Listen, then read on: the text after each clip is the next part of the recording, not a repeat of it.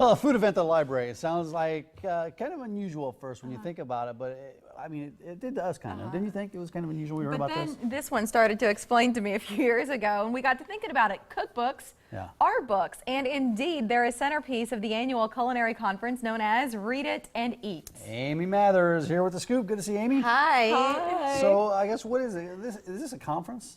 What is this? Yes, well, it's a chance for people to come out and see demos, listen to authors, and there's always a theme that we do every year. So this year's theme is comfort food, which is a really fun theme to discuss. And we will have a panel of people that sort of comfort food type comfort food restaurants that are known for their like pies or macaroni and cheese. So what do you all think of when I say comfort food? Mashed potatoes, fried chicken, mashed potatoes, green beans. Yeah, absolutely. Everything that I ate every day of my life growing up in Eastern Kentucky. Awesome. Right? But that's why I love this theme. Yes. But I mean, the word conference feels kind of heavy and mostly unexciting. But I feel like you do a lot of things here to counter that. Yeah, we hand out samples, so really the audience can just sit and really engage by learning how to do something through a demo that they've never done before. And they also get to hear about their community a little bit more. So maybe they didn't know about Petro's or Mark's Bistro or Alexandro Coffee House or all these like interesting people in our community that are doing great food. Yeah. So what should guests expect when they come to this? And I guess, are you doing anything new that you hadn't done in the past? No, it's about the same. We're still, like, people love the demos, so we're including that. We have an author. We're having a conversation with Sarah Baker Hansen, so that's new. So we're really excited about that. So they can learn more about what she does. And what does she do? She's the food critic for Omaha World Herald, and she does these food prowls, which are really fun. I love reading about them because she'll go and say, all right, what is the best macaroni and cheese in Omaha? And they'll go to every known place that has macaroni and cheese, and right, and she's honest too, without being she's great, a jerk, harsh, you know. Right. Yes.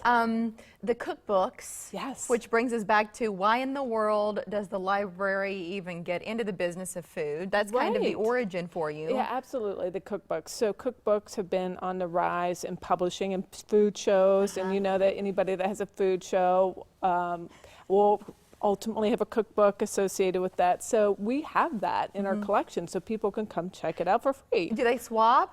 Is there because didn't you do that in the past, like when people would bring cookbooks in and they'd be able to trade them with other guests at the conference? Absolutely, that's always a big part of the day. So yes, bring a cookbook and take a cookbook. Right, I think that's fun. So how do you want, you have to be a member of the library, right? No, you can just, no registration. Just be hungry is really the big thing. So it's open to the public. The information, it's on your website, omahalibrary.org is the website. Where do they click on there? Is it on the front page somewhere? First tab, conference, upcoming events. Upcoming events. There we go. Okay, right there. Read it and eat.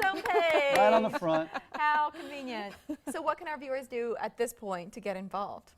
Well, just show up. Yeah. And bring a cookbook? What else should they bring with them? There's no cost. An appetite. But no cost? No cost. Yeah. And just have fun and engage in the theme around comfort food. What does this event specifically mean? How does it speak back to your mission at the Omaha Public Library? It connects people to our community, connects people to our collection. So that's the big thing, because the Omaha Public Library is about community, so we want to make sure people really connect back to their community, including the library.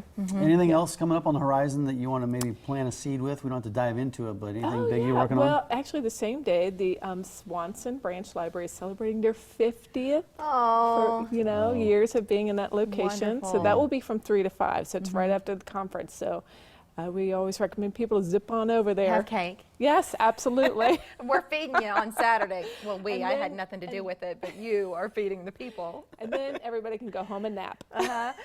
Saturday from 11 a.m. to 3 p.m. At the main library downtown, and then online, as you saw, part of that rotating banner, omahalibrary.org, if you'd like to learn more about Read It and Eat. That's a fun event. Amy, thanks for coming in. Thank you for having us. Yeah, you betcha. See you. It's the day.